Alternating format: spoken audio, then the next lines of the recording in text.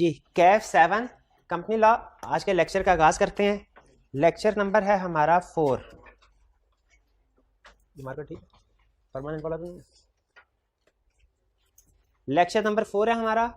हम concept study कर रहे थे टाइप्स ऑफ कंपनीज, और मैंने आपको बताया था कि टाइप्स ऑफ कंपनीज हमारे लिए समझना इसलिए भी जरूरी है कि आगे चल के जब डिफरेंट लीगल प्रोविजंस हम स्टडी करेंगे तो उसमें different provisions different types of companies पे अप्लाई होती है।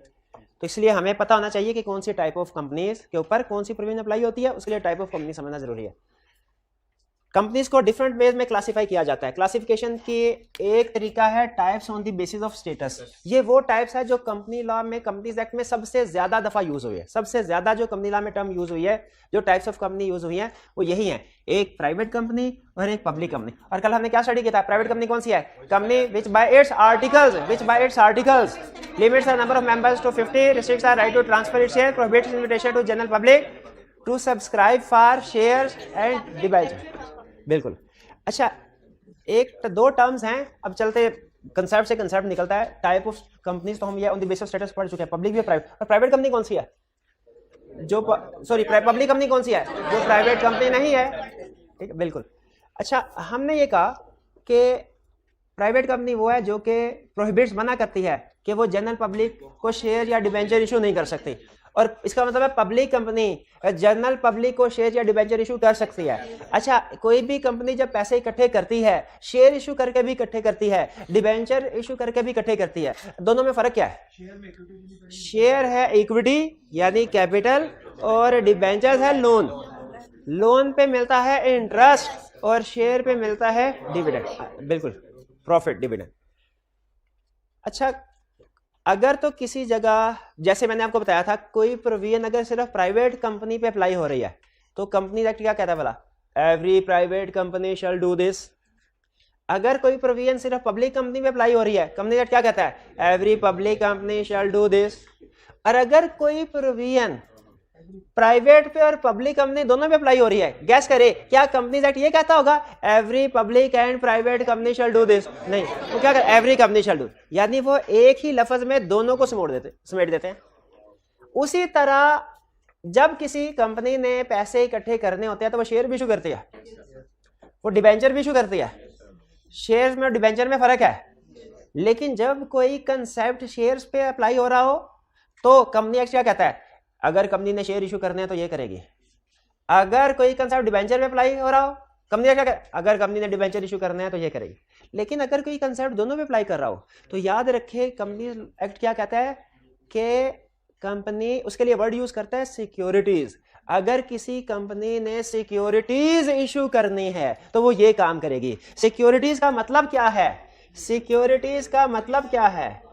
Securities is equal to shares plus debentures, shares plus debentures. ठीक है, और ये सिक्योरिटीज प्लूरल फॉर्म है। इसका एक सिंगुलर फॉर्म भी होता है, सिक्योरिटी, एंड पे वाई आता है जिसमें SECURITY, सिक्योरिटी।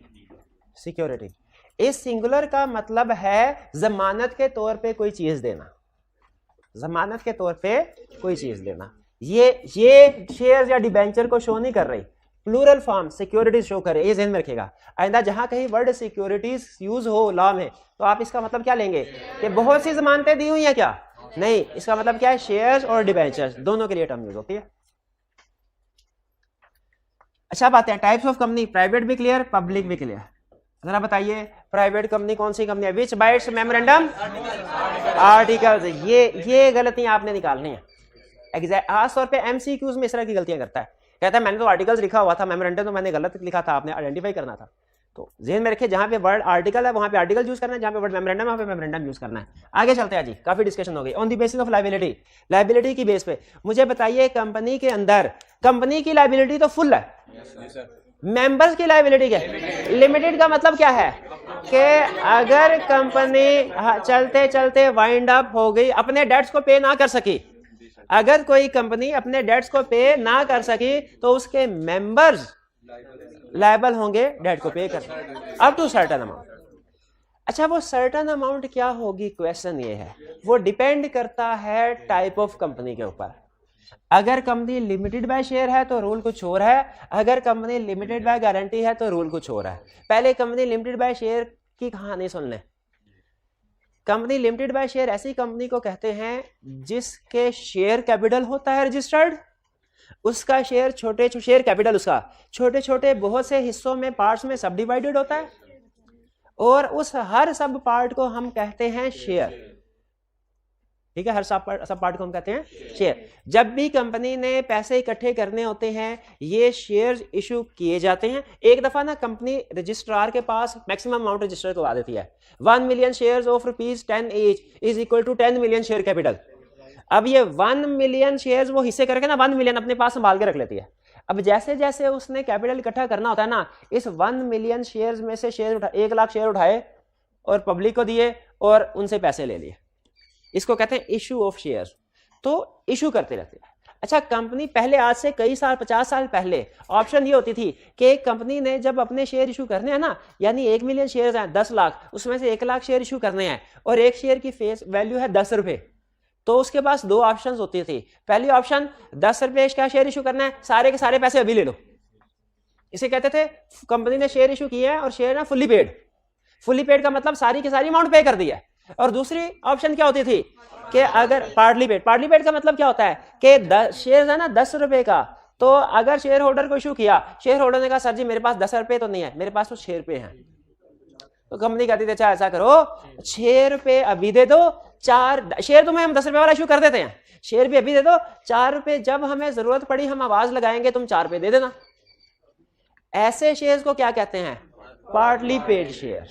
पहले ये असूल होता था, लेकिन अब लॉ ने मना कर दिया। उसने कहा पार्टली पेड शेयर इशू नहीं कर सकते, सिर्फ और सिर्फ फुल्ली पेड शेयर इशू करें। और आपको एक इंटरेस्टिंग बात बताऊं, हालांकि पिछले कई सालों से पार्टली पेड शेयर इशू करना मना है, लेकिन स्टिल पाकिस्तान में कुछ कंपनीज हैं जिनके शेयर पार्टली पेड हैं। क्यों? वो पहले से ही जब इजाजत थी तब से ही पार्टली पेड हैं और अभी तक कंपनी ने पैसे मांगे नहीं है शेयर होल्डर से। तो इसीलिए अभी हालांकि पार्टली पेड एक जगह पे आप पढ़ेंगे पार्टली पेड शेयर इशू करना मना है, फिर दूसरी जगह पढ़ेंगे अगर कंपनी के पार्टली पेड शेयर्स हैं तो ये करे ये करे ये, आप हैरान होंगे पार्टली पेड इशू करना तो मना है, तो ये क्यों लिखा हुआ है कि अगर कंपनी के पार्टली पेड शेयर हैं तो वो ये करे ये करे ये करे? वो इसलिए लिखा हुआ है कि पहले मना नहीं थे किसी जमाने में, तो जब मना नहीं थे तब के शेयर इशू किए हुए हैं और अभी तक वैसे ही चले आ रहे हैं। ठीक है, अब लिमिटेड, अगर ये कंसेप्ट समझ आ गया आपको तो लिमिटेड बाय शेयर का कंसेप्ट भी समझ आ चुका होगा। अगर एक कंपनी है वो लिमिटेड बाय शेयर, उसके शेयर्स हैं, उसमें शेयर होल्डर्स की लायबिलिटी कितनी है? अप टू 100, यानी अगर शेयर्स फुल्ली पेड हैं तो 0 और अगर पार्टली पेड हैं तो जितना अनपेड अमाउंट है। इसको एक छोटी सी ना समझने के लिए, अंडरस्टैंडिंग को इंप्रूव करने के लिए छोटी सी एग्जांपल से इस कंसेप्ट को समझते हैं, लायबिलिटी वाले कंसेप्ट को। फर्ज कीजिए एक कंपनी है चल रही है, उसके एसेट्स हैं 300 मिलियन और लायबिलिटीज हैं 500 मिलियन। लायबिलिटीज ज्यादा है, एसेट्स कम है। अच्छा, इसमें ना अब जो लायबिलिटीज है ना, एक टर्म और ना आपको साथ समझा दूं। अभी आपको एक टर्म बताइए सिक्योरिटीज। लॉ की छोटी छोटी टर्म्स हैं, अगर आपको इसका मतलब समझ आएगा ना तो प्रोविजन समझना आसान हो जाता है। आपको पता है क्रेडिटर किसको कहते हैं? जिसे उधार इन्वेंट्री बाई करते हैं। गलत। अब आप कहेंगे सर अकाउंटिंग में तो हमें यही सिखाया हुआ है, मैंने भी यही पढ़ा है। अकाउंटिंग के हिसाब से ये कंसेप्ट ठीक है। अकाउंटिंग के पेपर में क्रेडिटर का मतलब यही है कि जिससे उधार सामान खरीदे, अकाउंटिंग के पेपर में जिससे उधार सामान खरीदे उसे कहते हैं क्रेडिटर, जिससे उधार पैसे लें उसे कहते हैं लेंडर। शाबाश। और अगर किसी को आपने सैलरी देनी है या रेंट देना है उसे कहते हैं अक्रूड लायबिलिटी। अक्रूड लायबिलिटी जिस बंदे को, याद रखिए लॉ में किसी भी बंदे को आपने पैसे देने हैं अगर, उसे कहते हैं क्रेडिटर। उसे क्या कहते हैं?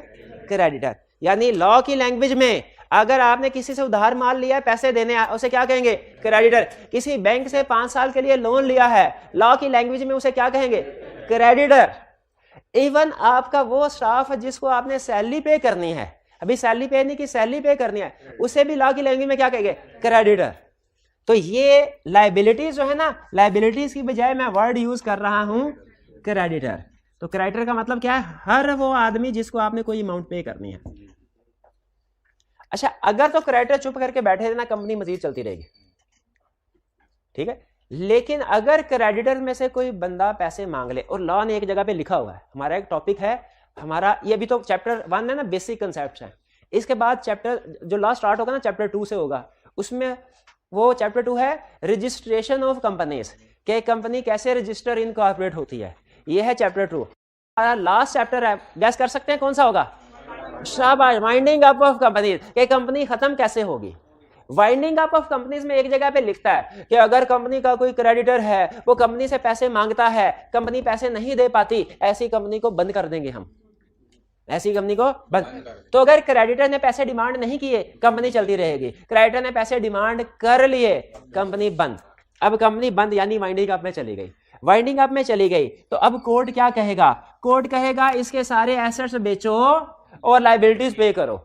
सारे एसेट्स बेचो, कंपनी के सारे एसेट्स, याद रखिए ये कंपनी के एसेट्स हैं और क्रेडिटर लायबिलिटीज हैं, शेयर होल्डर या ओनर्स के नहीं है, सेपरेट है ना। तो एसेट्स बेचो, लायबिलिटीज पे करो। सारे एसेट बेचे, लायबिलिटी पे कर दी, बाकी 200 मिलियन की लायबिलिटी शॉर्टफॉल अभी भी बाकी है। अब ये कैसे पूरा होगा? ये अब मेंबर्स कंट्रीब्यूट करेंगे, मेंबर्स कंट्रीब्यूट करेंगे। देखें, एक कंसेप्ट है ना सेपरेट लीगल स्टेटस, उसकी एक छोटी सी एक्सेप्शन समझ लें, लिमिटेड लायबिलिटी कंसेप्ट। असूली तौर पे तो कंसेप्ट होना चाहिए no liability concept. No liability concept क्या है कि कंपनी के जितने मर्जी लायबिलिटी हो, कंपनी जितने मर्जी पैसे देना, ओनर्स 1 रुपया भी नहीं डालेंगे, ये है नो लायबिलिटी कंसेप्ट। ये नहीं है, कंसेप्ट है लिमिटेड लायबिलिटी। लिमिटेड लायबिलिटी का मतलब क्या है कि जब कंपनी ने पैसे अदा कर, वाइंडिंग अप में सफिशिएंट पैसे नहीं है, कंपनी ने क्रेडिटर को पैसे अदा करने हैं, तो मेंबर्स आएंगे और कुछ ना कुछ कंट्रीब्यूट करेंगे। मेंबर्स आएंगे और कुछ ना कुछ कंट्रीब्यूट करेंगे। वो कितना करेंगे वो डिपेंड करता है। अब आप मुझे बताइए, कंपनी लिमिटेड बाय शेयर का कंसेप्ट पहले समझाओ कि लिमिटेड बाय गारंटी का। लिमिटेड बाय, अगर ये कंपनी है ना लिमिटेड बाय शेयर और शॉर्टफॉल है 200 मिलियन का, तो लिमिटेड बाय शेयर में मेंबर्स की लायबिलिटी कितनी होगी? Up to unpaid amount of shares held by them. यानी अगर इस कंपनी में जो मेंबर्स हैं, जो शेयर होल्डर्स हैं, जो मेंबर है, अगर उन्होंने सारे शेयर्स फुली पेड है तो उन्होंने कितने पैसे अदा करने हैं? 0। और अगर शेयर्स पार्टली पेड है तो जितना अनपेड है वो पे कर, जितना पेड नहीं, जितना अनपेड है वो पे करना। जैसे अगर किसी के पास 1 मिलियन शेयर्स हैं, 10 रुपए फेस वैल्यू शेयर है, 6 रुपए पे कर दिया हुआ है, एक शेयर के ऊपर कितनी लायबिलिटी है? 4 रुपए। और अगर 1 मिलियन शेयर थे उसके पास 4 मिलियन, यानी वो शेयर होल्डर 4 मिलियन पे करेगा और बाकी 196 जो होगा, जो 196 होगा वो बैड डेट होगा लोगों का। क्लियर? यही कह रहा है कंपनी लिमिटेड बाय शेयर में मेंबर्स की लायबिलिटी होगी कितनी? Liability up to unpaid amount of shares, up to unpaid amount of shares, उस अमाउंट शेयर्स की वो अमाउंट जो कि अनपेड है। भैया बात समझ आ रही?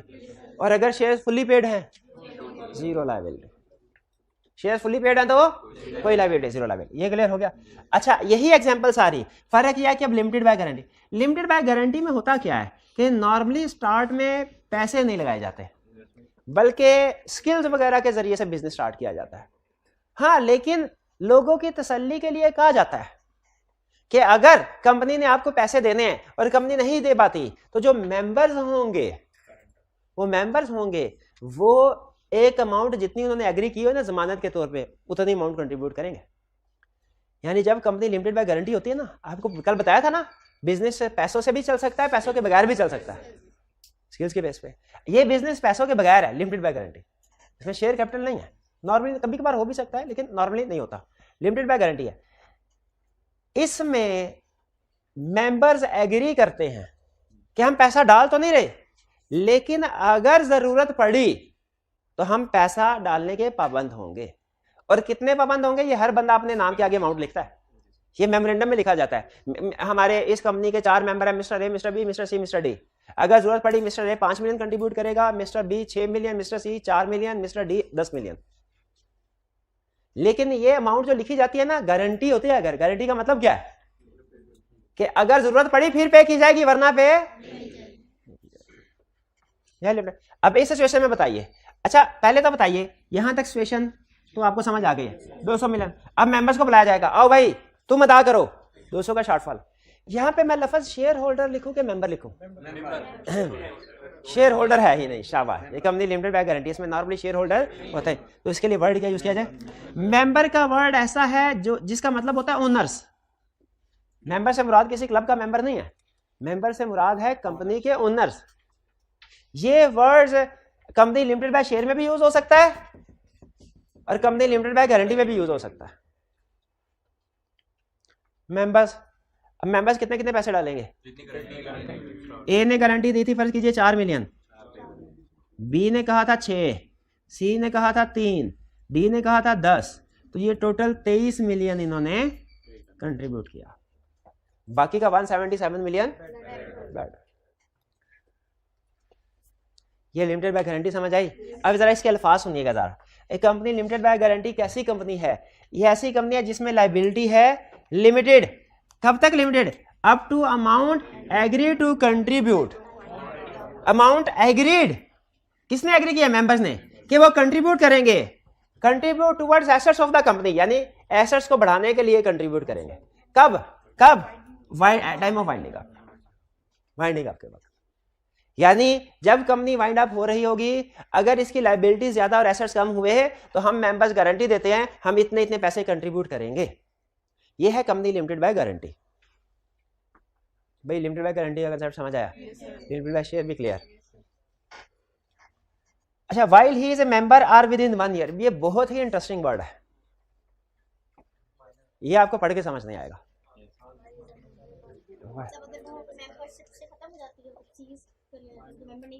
अच्छा बताइए, एक बंदा कंपनी का मेंबर या शेयर होल्डर है, वो कंपनी से जान छुड़ाना चाहे छुड़ा सकता है? बिल्कुल छुड़ा सकता है, शेयर ट्रांसफर कर दे, या अगर वो लिमिटेड बाय गारंटी है तो मेमोरेंडम में से अपना नाम निकलवा दे, नोटिस दे दे कि भाईजान मैं आपका मेंबर नहीं हूं। अच्छा बताइए, जब कोई कंपनी वाइंडिंग अप में जाती है या उसके एसेट्स जो हैं, ये सिचुएशन आती है, ये बड़ी वर्स्ट सिचुएशन है, क्या ये अचानक से आ जाती है कि सुबह के वक्त कंपनी 200 मिलियन सरप्लस में थी और शाम को 300 मिलियन डेफिसिट में चली गई? By the passage of time Aahista Aahista हालात इस स्टेज पे पहुंचते हैं कि कंपनी को बंद करने की जरूरत पड़े। हर बिजनेस में इसी तरह होता है ना, आहिस्ता आहिस्ता बिजनेस में डाउनफॉल होता है और फिर एक पॉइंट ऐसा आता है कि इसको बंद करना पड़े। अब फर्स्ट कीजिए 4 मेंबर्स हैं, वो कंपनी चला रहे हैं, कंपनी आहिस्ता आहिस्ता डूब रही है, कोशिश कर रहे हैं चलाने की, कंपनी डूब रही है, कोशिश कर रहे हैं चलाने की, कंपनी डूब रही है। उनमें से एक जरा अकलमंद मेंबर था, उसको जो पता चल गया ना कि अब कंपनी डूबे ही डूबे, उसने कहा कंपनी डूबी ना तो लायबिलिटी ज्यादा है, मैंने जो एग्री की हुई है ना अमाउंट मेमोरेंडम में लिखी हुई है वो मुझे पे करनी पड़ेगी, तो मैं कैसे जान बचाऊं, कैसे जाऊं? उसे एक तरकीब ज़हन में आई। उसने कंपनी वाइंड अप अभी डूबी नहीं है, लेकिन पता चल गया डूब जाएगी, आधे से ज्यादा डूब चुकी है, बाकी भी 2-3 हफ्ते में डूब जाए। उसने कहा आज से मैं इस कंपनी का मेंबर नहीं हूं, आज से मैं इस कंपनी का मेंबर नहीं हूं। ये है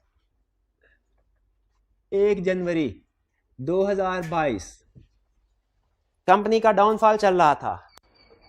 ये है 15 अप्रैल, इधर एक मिस्टर ए को पता चल गया कंपनी अब डूबे डूबे। इसने 15 अप्रैल को कहा कि मैं अब कंपनी का मेंबर नहीं हूं। He ceases to be a member of company on 15 अप्रैल। आगे चल के 5 मई को कंपनी डूब जाती है, ये कंपनी डूब गई। जिस वक्त कंपनी डूबी, बैंकरप्ट हुई, वाइंडिंग अप में जाती, उसमें बी, सी और डी मेंबर हैं। क्या ये कंट्रीब्यूट करेंगे? करेंगे। क्या ए जो 15 अप्रैल को छोड़ चुका है, क्या ये कंट्रीब्यूट करेगा? क्यों? ये तो मेंबर नहीं है। ला ने कहा नहीं ठहर जाएं, अब इतना सादा ना समझे। इसका तो मतलब ये होगा जब कंपनी डूबने लगे कि 2 दिन पहले सारे मेंबर कहेंगे हम अब मेंबर नहीं है, तो क्रेडिटर से पेमेंट किसको करवाएंगे? उन्होंने कहा नहीं, आपने जिस दिन छोड़ा ना, अगर उसके 1 साल के अंदर अंदर भी कंपनी वाइंड अप होगी, आप जिम्मेदार होंगे, गारंटी के पैसे देंगे। बताइए ये रिक्वायरमेंट अच्छी है कि नहीं? वरना तो कश्ती डूबती देख के सारे छलांग लगा लेते हैं ना। उन्होंने कहा भाई अगर आप छलांग लगाए भी ना तो भी जाल फेंकेंगे शिकंजा, साल के अंदर अंदर अगर आप हुए ना आपकी लायबिलिटी राइज हो जाएगी। भाई ये बात समझ आई? लेकिन ट्विस्ट में ट्विस्ट है। ये ट्विस्ट समझ आ गया कि अगर कंपनी वाइंड अप होने से पहले 1 साल तक कोई मेंबरशिप छोड़े तो वो भी लायबल होगा। दूसरा ट्विस्ट आप समझते हैं, 15 अप्रैल को जो मिस्टर ए ने छोड़ा कंपनी को, मिस्टर ए लायबल है कौन से वाले डेट्स का? इन्होंने एक लोन लिया है 50 मिलियन का बैंक ए से और एक लोन लिया है 15 मिलियन का बैंक बी से। बताइए ए कौन से वाले डेट के लिए लायबल है? जो उसके दौरे हुकूमत में हुए थे कि उसके बाद भी? यही समझा रहा है कि लायबिलिटी लिमिटेड होगी कब तक? अप टू अमाउंट, किस अमाउंट तक? Agree to contribute on winding up. ठीक है, लिमिटेड बाय गारंटी में एवरी मेंबर की लायबिलिटी है up to amount to contribute, जो उसने एग्री की हुई है कि वो कंट्रीब्यूट करेगा जब कंपनी वाइंड अप होगी। एग्री कहां की हुई है? मेमोरेंडम में। एग्री कहां की हुई है? आर्टिकल्स में नहीं, मेमोरेंडम में। क्या एग्री किया है कि अगर कंपनी वाइंड अप होगी, जरूरत पड़ी तो मैं इतने पैसे दूंगा वाइल ही इज मेंबर। यानी अगर कंपनी उसके मेंबर होते होते वाइंड अप में गई है तो भी वो लायबल है, और अगर उसने मेंबरशिप छोड़ दी और 1 साल के अंदर अंदर वाइंड अप हुई फिर भी लायबल है। लेकिन कौन से डेट्स के लिए? जो उसके दौरे हुकूमत में थे, जब वो मेंबर था, while he was a member. ये कंसेप्ट समझ आया लिमिटेड बाय गारंटी का? कैलकुलेशन कर लेंगे इसके ऊपर। आई के आपने 2 केस स्टडीज बनाई हुई हैं इस एक कंसेप्ट के ऊपर, लिमिटेड बाय गारंटी। ऐसे नहीं टाइम लगाया इसके ऊपर, समझ आया कि नहीं? लिमिटेड बाय जी 1 साल से ज्यादा टाइम हो जाता है फिर इसकी एक ही कोई लायबिलिटी नहीं है, वो कभी नहीं देगा। 1 साल गुजर गया तो सब गुजर गया। अगर छोड़ने के 1 साल बाद तक कंपनी चलती रही तो इसका मतलब है इसने कंपनी को सही हालत में छोड़ा था, वो बाद वालों की हरकतें ऐसी है कि कंपनी डूबी है, इसको तो फिर सजा नहीं ना मिलनी चाहिए। तो 1 साल का रूल, लिमिटेड बाय गारंटी में 1 साल का रूल में रखिएगा। जी क्या लिमिटेड बाय गारंटी में शेयर इशू होते हैं? अब देखिए मैंने आपको लेके चलना है स्टेप बाय स्टेप, इसलिए मैं आंसर भी स्टेप बाय स्टेप दूंगा नहीं।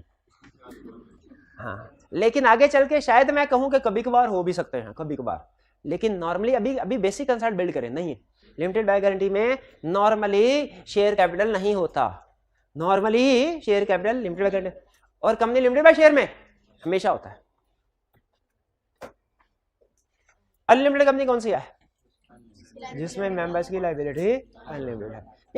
ये फॉरेन कंट्रीज में तो कॉमन कंसेप्ट है, पाकिस्तान में इतनी कंपनी, रेयर कंपनी है शायद कोई हो जो अनलिमिटेड लायबिलिटी के साथ हो। इसमें नाम से जाहिर है कि ऐसी कंपनी जिसमें मेंबर्स की लायबिलिटी अनलिमिटेड है।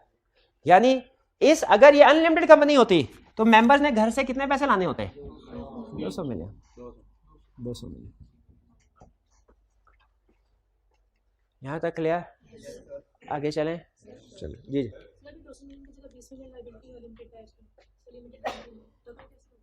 200 की बजाय 20 हो। ये आपने बड़ी मुश्किल कैलकुलेशन पूछ ली है, बड़ी मुश्किल कैलकुलेशन पूछ ली है। नहीं कैलकुलेटर उन्होंने कहा अगर ये 20 मिलियन हो तो फिर डिस्ट्रीब्यूशन कैसे होगी? शेयर्स तो होंगे ही नहीं। अच्छा सॉरी, आपने लिमिटेड बाय गारंटी का पूछा है कि limited by share? Limited by guarantee का पूछा है इन्होंने, इसमें तो शेयर्स होंगे ही नहीं। गारंटी की अमाउंट तक, गारंटी की अमाउंट तक, लेकिन यहाँ पे गारंटी की अमाउंट ज्यादा आ रही है तो नहीं, यही काम नहीं करना। अगर यही काम करना होता तो मैं ये क्यों कहता मुश्किल सवाल पूछ लिया, तो सिंपल कहता मैं प्रोपोर्शनल लायबिलिटी होगी। इसका रूल होता है, मैं बताना नहीं चाह रहा, इक्वल सब्जेक्ट टू मैक्सिमम। नहीं समझ आई ना कंट्रीब्यूशन? यानी नहीं अब कंसेप्ट शुरू किया है तो इक्वल सब्जेक्ट टू मैक्सिमम, ये तो मैं समझा के निकलूंगा। असल में पहले हमारे सिलेबस में एक कंसेप्ट होता था गारंटी वाला, अलहदा से एक टॉपिक चैप्टर होता। अब नहीं वो लेकिन हुआ करता था उसमें मर्केंटाइल लॉ, उसमें हम डिटेल में समझाते थे। अब नहीं समझा, छोड़। हाँ, छुट्टी के बाद एक सुन लें, फर्ज कीजिए लायबिलिटी पे करनी है 10 मिलियन। 10 मिलियन एक ने एग्री किया था कि मैं 8 मिलियन पे करूंगा, एक ने एग्री किया था मैं 6 मिलियन पे करूंगा। अगर जरूरत पड़ी तो, जरूरत पड़ी 10 मिलियन की, बताइए कौन ज्यादा पे करेगा? दोनों बराबर, इक्वल इक्वल इक्वल के हिसाब से क्या आता है? दोनों की 5-5। अच्छा ए ने तो 8 मिलियन देना ना, बी कहेगा यार कुछ ख्याल करो, मैंने तो 6 मिलियन की गारंटी दी थी, उसने ज्यादा 8 मिलियन की गारंटी दी थी, तो 10 मिलियन पे करना है तो ज्यादा पैसे उससे लो, कम मुझसे लो। तो कहते हैं नहीं, तुमने लाइबिलिटी 6 मिलियन की दी थी ना, तो 6 से ज्यादा तो नहीं मांग रहे, कम ही मांग रहे हैं, लाओ 5 मिलियन। अमाउंट चाहे जो मर्जी दी हो, जब कंट्रीब्यूशन होती है ना वो इक्वल होती है। लेकिन अगर यही अमाउंट होती, फर्ज कीजिए 13 मिलियन, तो फिर एक ने 6 मिलियन पे करना था और दूसरे ने 7 मिलियन। अब इक्वल करें तो 6.5 बनता है, लेकिन उसने वो एक कहेगा मैंने तो सर 6.5 की लाइबिलिटी दी नहीं, मैंने तो 6 की कहा, 6 की कहा। समझ रहे हैं? लाइबिलिटी जब कंट्रीब्यूशन आएगी, कंट्रीब्यूशन क्या होगी? Equal to maximum. फर्ज कीजिए यहाँ पे दूसरे टीचर हैं, मैं भी टीचर हूँ, और वो कहते हैं भाई ऐसा करते हैं मिलके इफ्तारी कराते हैं सारे स्टूडेंट्स के। कितने की इफ्तारी? मैंने कहा जी मेरी तरफ से 20,000 की अमाउंट, मैंने कहा मेरी तरफ से 15,000 की अमाउंट, 15,000 की अमाउंट, ठीक है 35,000। अब इफ्तारी पे खर्चा आता है 20,000। बताइए उन्होंने कितना देना, मैंने कितना देना? उन्होंने 10, उन्होंने 10 आने, इक्वल। इक्वल, ठीक है, ये प्रोपोर्शनेट नहीं होगा, इक्वल होगा, ठीक है। और प्रैक्टिकल चाहिए, नहीं समझ, छोड़े इसको, सिलेबस में नहीं है हमारे सिलेबस में नहीं। मैं तो ऐसे ही मुझे मैम किसी और चल पड़ा, सिलेबस में आउट ऑफ सिलेबस है।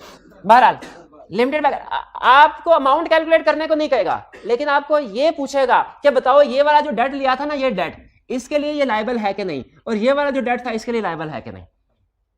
एक पर एक पार्टनर, एक मेंबर के पॉइंट ऑफ व्यू से पूछेगा, ये ध्यान रखें।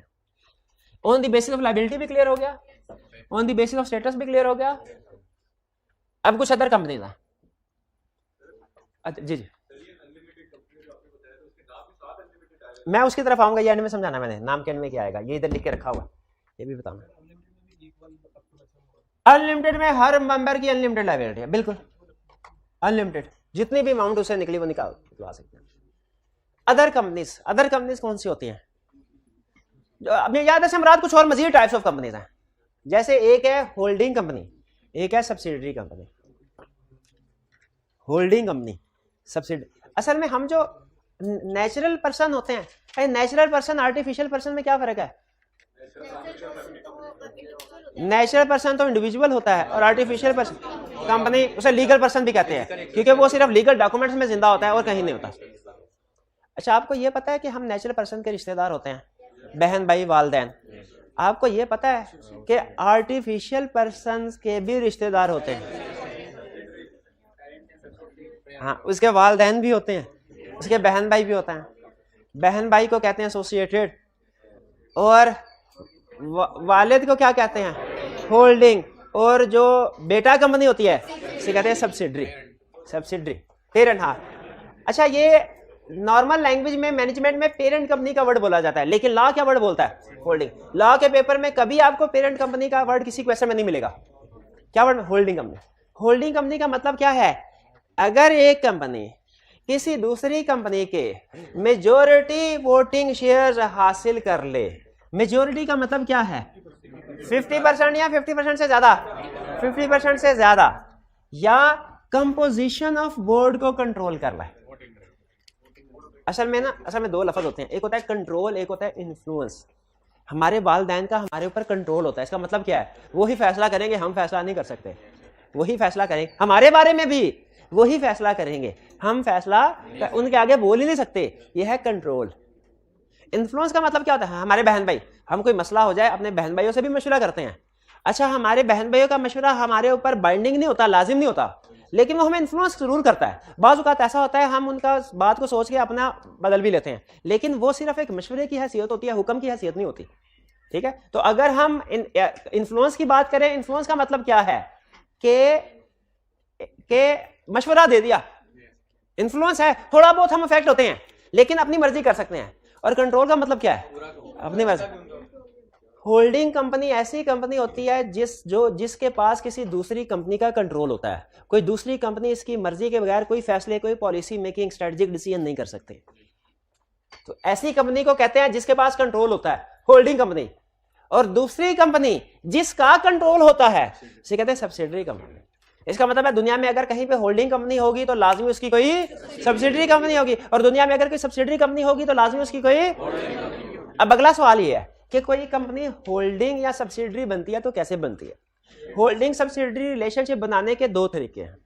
पहला तरीका है थ्रू शेयर्स, फाइनेंशियल तरीका है। दूसरा नॉन फाइनेंशियल तरीका है। फाइनेंशियल तरीका क्या है कि आप दूसरी कंपनी के मेजॉरिटी ऑफ शेयर्स खरीद लें। जब तक आपके 50% से ज्यादा अखराजात आपके घर वाले अदा कर रहे हैं, वालिदैन अदा कर रहे हैं, तो वो होल्डिंग कंपनी, और आप सब्सिडी, क्योंकि मेजॉरिटी ऑफ शेयर्स वो ओन कर रहे हैं।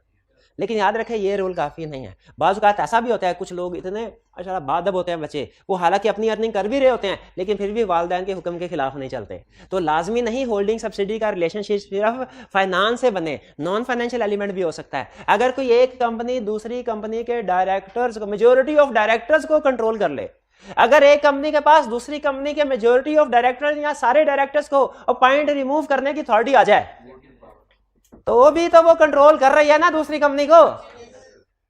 मुझे ये बताइए कि ये एक कंपनी है पीटीसीएल, ये दूसरी कंपनी यूफोन। यूफोन के मोर देन 50% शेयर्स पीटीसीएल के पास हैं। तो बताइए पीटीसीएल क्या बने, यूफोन क्या बने, सब्सिडरी। एक होल्डिंग सब्सिडरी का ये तरीकाकार है, एक और भी तरीकाकार है।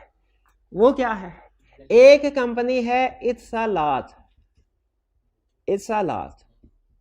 ये पाकिस्तान से बाहर अबू धाबी में रजिस्टर्ड है, मेरा ख्याल है इनकॉर्पोरेटेड है। पाकिस्तान में इनकॉर्पोरेटेड नहीं है, लेकिन ये पाकिस्तान में बिजनेस करती है कुछ बिजनेस। हाँ, ये फॉरेन कंपनी इसको कहते हैं। जो कंपनी पाकिस्तान से बाहर रजिस्टर्ड हो ना, लेकिन पाकिस्तान में कुछ थोड़ा बहुत ऑफिस हो, बिजनेस ऑपरेशन हो, तो उसे क्या कहते हैं, फॉरेन कंपनी। और जो पाकिस्तान में रजिस्टर्ड है उसे कंपनी नहीं, उसे सिर्फ कंपनी, उसे पाकिस्तानी कंपनी नहीं कहेंगे, सिर्फ कंपनी।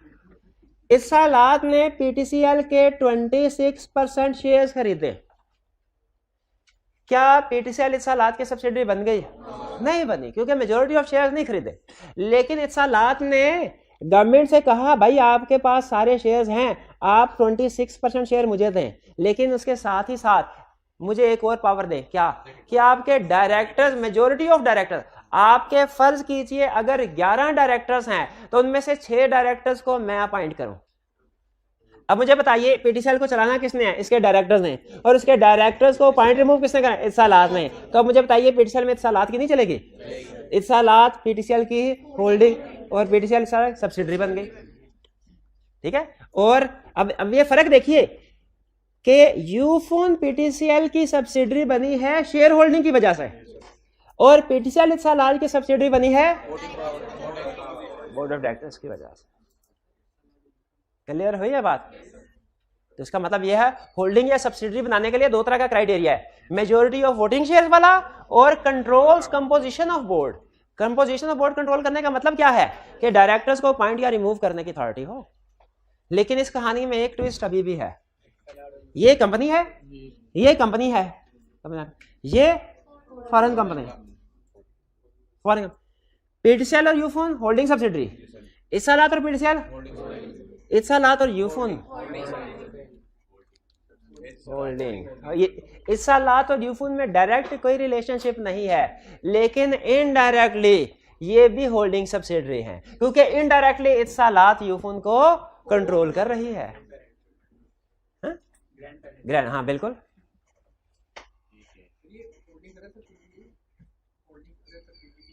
होल्डिंग अदर सब नहीं नहीं नहीं नहीं, वो एक दूसरा कंसेप्ट है, वो बात में देखेंगे। भाई ये बात समझ आ गई आपको? इत्सलात का यूफोन भी होल्डिंग सब, लेकिन डायरेक्ट नहीं। तो यहाँ पे कहीं होल्डिंग सब्सिडी की डेफिनेशन में आपको वर्ड मिलेगा डायरेक्टली और इनडायरेक्टली। तो डायरेक्टली में समझ आइएगा ये इत्सलात पीटीसीएल, इनडायरेक्टली इत्सलात यूफोन की बात कर रहा है। भाई ये बात समझ आई, होल्डिंग सब्सिडी भी। इसके बाद है, लेकिन जब कभी होल्डिंग सब्सिडी को डिफाइन करने को कहना, आपके ऊपर लाजिम है आपने तीनों पॉइंट लिखने हैं। तीनों पॉइंट कौन से? पहला पॉइंट वोट शेयर्स वाला, दूसरा पॉइंट कंपोज बोर्ड वाला, तीसरा पॉइंट क्या है? कंपोजिशन ऑफ बोर्ड का मतलब क्या है ये भी तो बताना है कि पावर टू अपॉइंट और रिमूव मेजोरिटी और ऑल डायरेक्टर्स, इसका मतलब भी समझाना उसको। एग्जाम में वो कहता है कि स्टूडेंट शेयर की बात कर देते हैं, कंट्रोल्स कंपोजिशन बोर्ड की बात कर देते हैं, लेकिन इसका मतलब क्या एक्सप्लेन नहीं करते। होल्डिंग सब्सिडी क्लियर हो गया? अगर आगे कहीं लॉ में वर्ड आएगा holding subsidy shall do this तो समझ आएंगे। Association not for profit. दुनिया में क्या कुछ लोग ऐसे होते हैं जो खिदमत हल का काम करते हैं? क्या दुनिया में कुछ ऐसी कंपनीज भी होती हैं जो खिदमत हल का काम करती हैं? यस, ऐसी कंपनीज को कहते हैं एसोसिएशन नॉट फॉर प्रॉफिट। इसको आप कंपनी के तौर पर रजिस्टर करवा सकते हैं, ये भी एक टाइप ऑफ कंपनी है, हालांकि इसमें लफ्ज कंपनी नहीं आ रहा। अगर आप नोट करें ना, पब्लिक कंपनी, कंपनी का लफ्ज आया, प्राइवेट कंपनी, ठीक है, company limited by share, company limited by guarantee, unlimited company, holding company, subsidiary company, लेकिन इसके लिए वर्ड कंपनी नहीं एसोसिएशन का वर्ड यूज होगा। एक खास वजह जो इस टॉपिक को एक्सप्लेन करते हुए मैं बताऊंगा। एसोसिएशन नॉट फॉर प्रॉफिट ध्यान में रखिएगा, ये भी एक टाइप ऑफ कंपनी है जो हमने पढ़नी है, अभी नहीं पढ़ी। आगे कुछ चलें? जी जी, ये एसोसिएशन नॉट फॉर, इसके बारे में डिटेल में हम स्टडी करेंगे आगे। ये अभी मैंने ये पूरा टॉपिक है और आईकैप का फेवरेट टॉपिक है, लेकिन मैं अभी नहीं पढ़ा रहा, ये अलग से लर्निंग ऑब्जेक्टिव पूरा स्टडी करेंगे। जी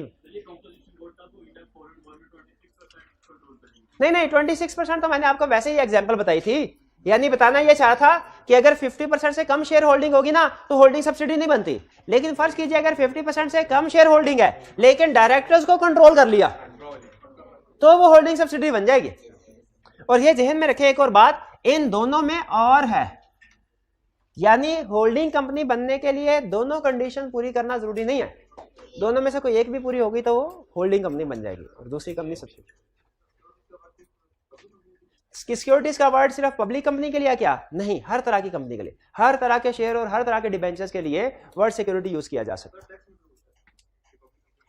पब्लिक कंपनी टैक्स के केस नहीं, प्राइवेट कंपनी में वो ये होगा कि पब्लिक कंपनी सिक्योरिटीज इशू कर सकती है, वो तो हम भी पढ़ रहे हैं कि सिक्योरिटीज होती हर कंपनी की है, चाहे पब्लिक कंपनी हो चाहे प्राइवेट कंपनी हो, सिक्योरिटीज हर कंपनी की होगी, लेकिन जनरल पब्लिक को सिर्फ पब्लिक कंपनी इशू कर सकती है, प्राइवेट कंपनी इशू नहीं कर सकती। तो याद रखें, प्राइवेट कंपनी के भी शेयर्स होते हैं, प्राइवेट कंपनी के भी डिवेंचर्स होते हैं, लेकिन प्राइवेट कंपनी जनरल पब्लिक को इशू नहीं कर सकती। क्लियर हुई ये बात? वो ये उसको छोड़े, वो कंसेप्ट समझाने के लिए। जी आगे चलते हैं। अच्छा, फॉरेन कंपनी तो समझ आ गया आपको, ऐसी कंपनी जो कि इनकॉर्पोरेटेड आउटसाइड पाकिस्तान लेकिन विच कंडक्ट बिजनेस या प्लेस ऑफ बिजनेस है उसका, या liaison office, information coordination office Pakistan में, उससे हम कहते हैं फॉरेन कंपनी। अच्छा, पब्लिक सेक्टर कंपनी किस, आपको बताया था ना पब्लिक कंपनी में और पब्लिक सेक्टर कंपनी में फर्क है। क्या फर्क है? कि जिसमें, हाँ जी, यूं कह लीजिए जिसकी होल्डिंग कंपनी गवर्नमेंट होगी उसे पब्लिक सेक्टर कंपनी है। यानी अगर पब्लिक सेक्टर कंपनी ऐसी कंपनी है जिसके 50% से ज्यादा securities, more than 1/2 securities government hold कर रही है, या जिसके majority of directors government appoint कर रही है।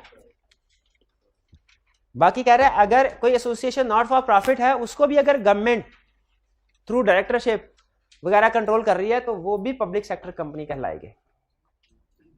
ये वाली लाइन अभी ना पढ़े, ये आपको भी कंफ्यूज करेगी, ये बाद में बताऊंगा आपको।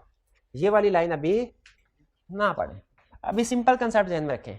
फॉरेन कंपनी क्लियर हुआ, पब्लिक सेक्टर कंपनी भी क्लियर हुआ। अच्छा, बॉडी कॉर्पोरेट भी अभी मैं नहीं समझा रहा, ये ज्यादा हो जाएगा। हाँ ठीक है जी जी, कोई क्वेश्चन है तो पूछ लीजिए अभी तक। PTCL public sector company, public sector company more. अच्छा, इस एग्जांपल को ना खत्म करो, छोड़, इसमें ना समटाइम्स आप ओवर थिंकिंग करना शुरू कर देते हैं, इसको छोड़ो। बाकी जो पढ़ाया समझ आ गया? अच्छा, अब अगर क्वेश्चन करने ही है ना, क्वेश्चन करने का इतना ही शौक है आपको, क्वेश्चन इतने ही दिल कर रहा है करने का, तो मैं बताता हूं कौन से क्वेश्चन करें। क्वेश्चन नंबर 2 से लेके क्वेश्चन नंबर 10 रिटन फॉर्म में, रिटन फॉर्म परसों, हाँ कल हमारी क्लास नहीं होगी, मैंने बताया, ये ऑनलाइन वाले स्टूडेंट भी नोट कर लें, कल हमारी क्लास नहीं होगी, परसों होगी इंशाल्लाह। तो क्वेश्चन नंबर 2 से लेके 10। अच्छा, इसमें इक्का दुक्का क्वेश्चन में प्रॉब्लम होगी जहां पे बॉडी कॉर्पोरेट है, तो अच्छा क्वेश्चन नंबर 1 नहीं किया, क्वेश्चन, शाबाश शाबाश, क्वेश्चन नंबर 1 भी करें, क्वेश्चन नंबर 1 भी करें, 1 से 10। लेकिन क्वेश्चन नंबर 3 नहीं करना, 3 नहीं करवाया हुआ, 4 भी रहने दे, 3 और 4 रहने दे। ये ऐसा करें, मैं बताता हूं कौन कौन से करना। Question number 1, question number 2,